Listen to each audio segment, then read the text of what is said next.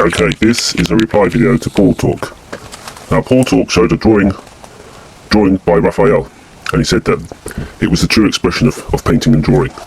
And he chose a drawing which had lots of lines, a bit like that. Okay, lots of lines, lots of movement, lots of overlapping forms, and it has a kind of decorative rhythm to it with all the lines going in all the forms. But Raphael never drew anything for its own decorative sake. His lines and drawings are about expressing something real, something concrete, something to do with the subject. And so they're not lines for themselves. And I think this is where he misunderstands what painting is that painting is a combination of all those things of lines, forms, space, its decorative aspect, you know, how the lines look and stuff like that. But it's used to express something, it's used to express form, and how Raphael saw it, the reality of his paintings. And Raphael actually moved to a more realistic style throughout his whole career. So he started off influenced by the early Renaissance. He then started looking at Michelangelo, and he drew more anatomy he put more anatomy in his drawings and made the figures look more solid.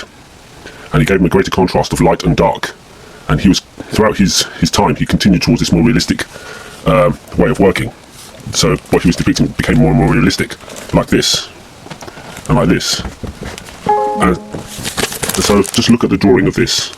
Your eye can actually feel the form and actually go back in depth and actually crawl.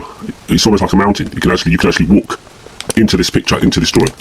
And this is what, when you paint from photos, you can never achieve. It might look illusionistic, but you can never recreate this drawing, this sense of space and form. And it's not, and yes, it has a beautiful decorative aspect, but Raphael would never draw it just for its own sake. It was to express reality. And this is what painting from photographs and the new American realism can never achieve. Because this is like mastery. It's not a way, there's no way of just even teaching it. It's, you can start off, all you can do is draw from nature and try to express it as best you can. It is mastery. There is no way, you just can't learn it like in a course. It is like years and years and years of experience to draw something like that, to actually express form and drawing. That is drawing. That is what modern painting does not have. That is what American realism does not have. But yet, he's used it to express something real. Alright? It's not just decorative painting or rhythmic painting. It's there to express the reality he wanted to show. And it is beautiful in a decorative sense as well, but that is not the main.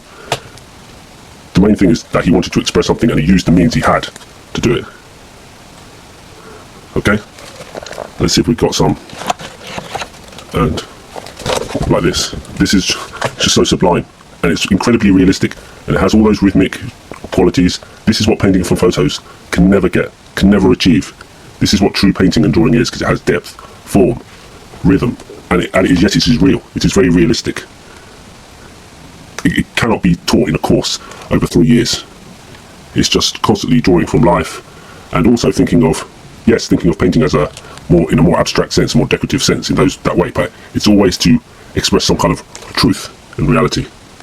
And this is what Paul, I think, dismisses far too much in art.